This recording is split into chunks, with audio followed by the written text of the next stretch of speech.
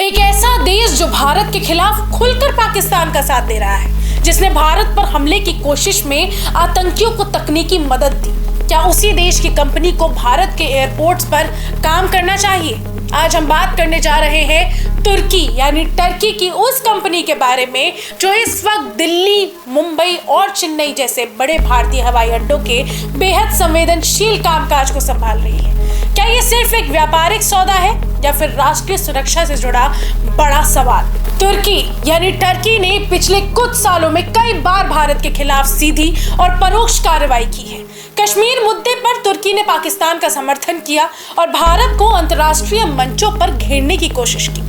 2025 में पहलगाम हमले के बाद जब भारत ने आतंकी ठिकानों पर जवाबी कार्रवाई की तो तुर्की ने पाकिस्तान को न सिर्फ ड्रोन मुहैया कराए बल्कि उनके ऑपरेटर्स भी दिए। सिर्फ यही नहीं, टर्की के राष्ट्रपति रेसेप तैयब एर्दोगान बार बार पाकिस्तान के साथ खड़े नजर आए हैं। सवाल ये है कि क्या ऐसा देश भारत की रणनीतिक परिसंपत्तियों से जुड़ा काम संभाल सकता है? सेलेबी एविएशन एक टर्की की कंपनी है जो भारत के ग्राउंड हैंडलिंग और कार्गो सेवाएं प्रदान करती है।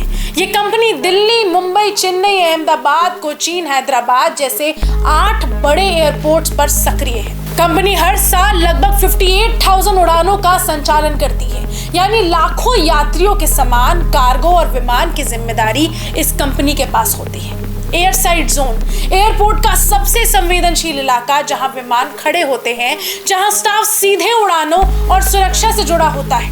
इन्हीं जोन्स में सेलेबी कंपनी काम करती है। ये काम महज सामान उठाने का नहीं, सुरक्षा से सीधे जुड़ा है। एयरपोर्ट्स पर हर छोटी चूक बड़े खतरे में बदल सकती है।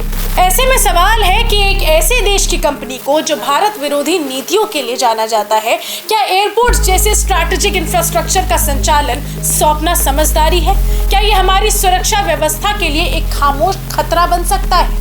कई नीति विशेषज्ञ और नागरिक संगठन अब सेलेबी एविएशन के कॉन्ट्रैक्ट्स की समीक्षा की मांग कर रहे हैं। कूटनीति और व्यापार दोनों जरूरी है, लेकिन जब कोई देश बार बार भारत की सुरक्षा को चुनौती देता हो तो क्या उसे हमारे सबसे अहम सेक्टर में भागीदारी की अनुमति दी जानी चाहिए? ये सवाल अब सिर्फ नीति का नहीं, हर भारतीय नागरिक की सुरक्षा का सवाल बन चुका है। सरकार को, नीति निर्माताओं को और हमें सबको इस पर गंभीरता से सोचना चाहिए। क्या आप मानते हैं कि टर्की की कंपनी को भारत के एयरपोर्ट से बाहर किया जाना चाहिए? अपनी राय नीचे कमेंट्स में हमें जरूर बताएं। इस वीडियो को शेयर करें ताकि ये सवाल ज्यादा से ज्यादा लोगों तक पहुंचे।